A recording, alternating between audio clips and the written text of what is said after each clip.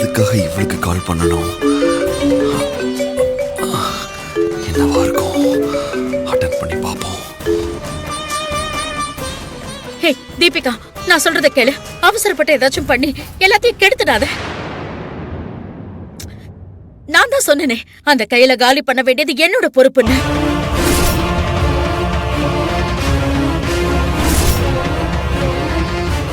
முட்டாள்தனமா ஏதாவது பண்ணிடாத. கையில் மேல இருக்கிற கோபத்துல எதுக்கு என் பிள்ளைய டார்கெட் பண்ற?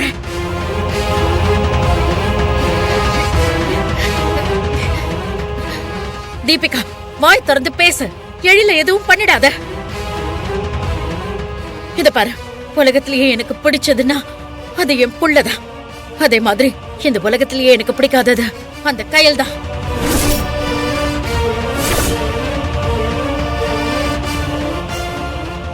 இன்னைக்குதான் அந்த கையில் உனக்கு எதிரி. ஆனா என்னைக்கு அத்தனை பேர் முன்னாடி சபையில வச்சு என்ன கை நீட்டி அடிச்சாலும் அன்னைக்கு அவளுக்கு நான் தான் யமன்.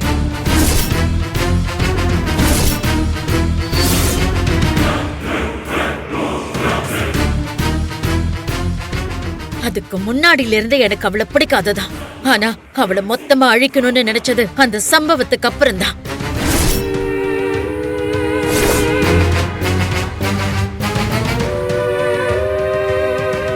நான் அத்தனை பேருக்கு முன்னாடி கூனி குறுகி நின்னதுக்கான பதிலடிய நான் அவளுக்கு கொடுக்கணும். அப்படி நான் வெறுக்கிறவள என் புள்ள கூட வாழ விட்டுருவனா?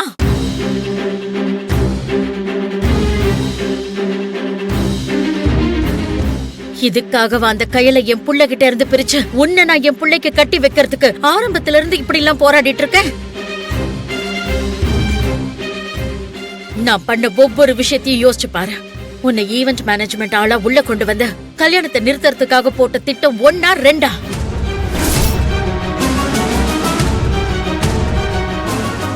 ஆனா நான் போட்ட எல்லா திட்டத்தையும் சொதப்பிட்டு இன்னைக்கு இப்படி அவசரப்பட்டா எப்படி? முந்திரி கொட்டத்தனமா ஏதாவது பண்ணி என் பிள்ளைய எனக்கு எதிரா திருப்பிடாத. என் பிள்ளை என்ன முழுசா நம்புறான். நான் கையில ரொம்ப நேசிக்கிறேன். அவளை மருமகளா மட்டும் இல்ல, மகளா பாசமா பாக்குறேன்னு நம்பிட்டு இருக்கான். ஆனா எனக்கு அவளை சுத்தமா பிடிக்காதுன்னு அவனுக்கு தெரியவே தெரியாது.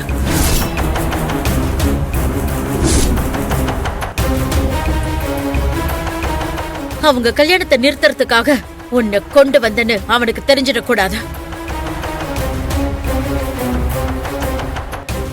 அது மட்டும் இல்லாம உன்னை என் பிள்ளைக்கு கட்டி வைக்கிறதுக்காக உங்க அப்பாவோட போட்ட திட்டம்லாம் அவனுக்கு தெரிஞ்சா என்ன மொத்தமா வெறுத்துடுவான். அப்படி நடந்துச்சுன்னா என் பிள்ளை எனக்கும் கிடைக்க மாட்டான், உனக்கும் கிடைக்க மாட்டான்.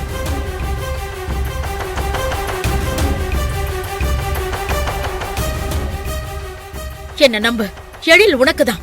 காயல இன்னும் 1 மாசத்துக்குள்ள என் புள்ள கிட்ட இருந்து பிரிச்சு உனக்கு கட்டி வைப்பேன்.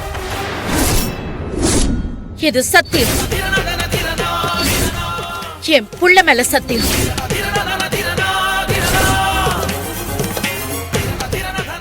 நான் சொல்ல வேண்டியதெல்லாம் சொல்லிட்டேன். இதுக்கப்புறமும் நீ ஏதாவது பண்ண என்னோட கோவத்தை தான் நீ பாப்ப.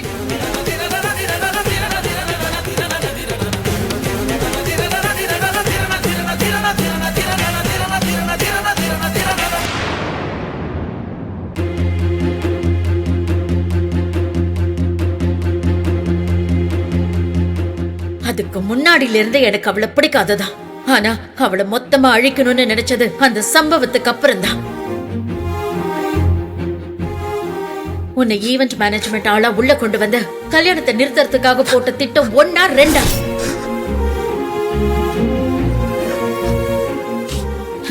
ஆனா எனக்கு அவளை சுத்தமா பிடிக்காதுன்னு அவனுக்கு தெரியவே தெரியாது.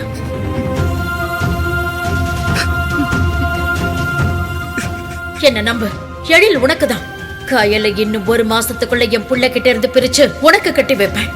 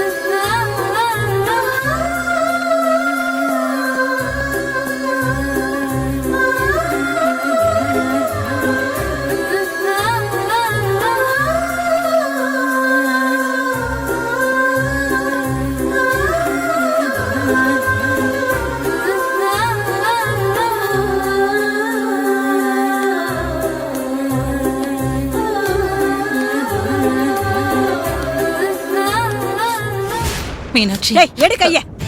என் பிள்ளைக்கு மட்டும் ஏதாவது ஆச்சு உங்க ஒருத்தரையும் நான் சும்மா விட மாட்டேன். மதனி, மதனி, ஏய், நீ என்ன? சும்மா இரு. அம்மா மீனாட்சி வேணாம்மா. நான் சொல்றது கொஞ்சம் நீங்க வாங்க. நீங்க வாங்க. இல்லடா. எதுக்கு அவங்க கிட்ட பேசிக்கிட்டேன்?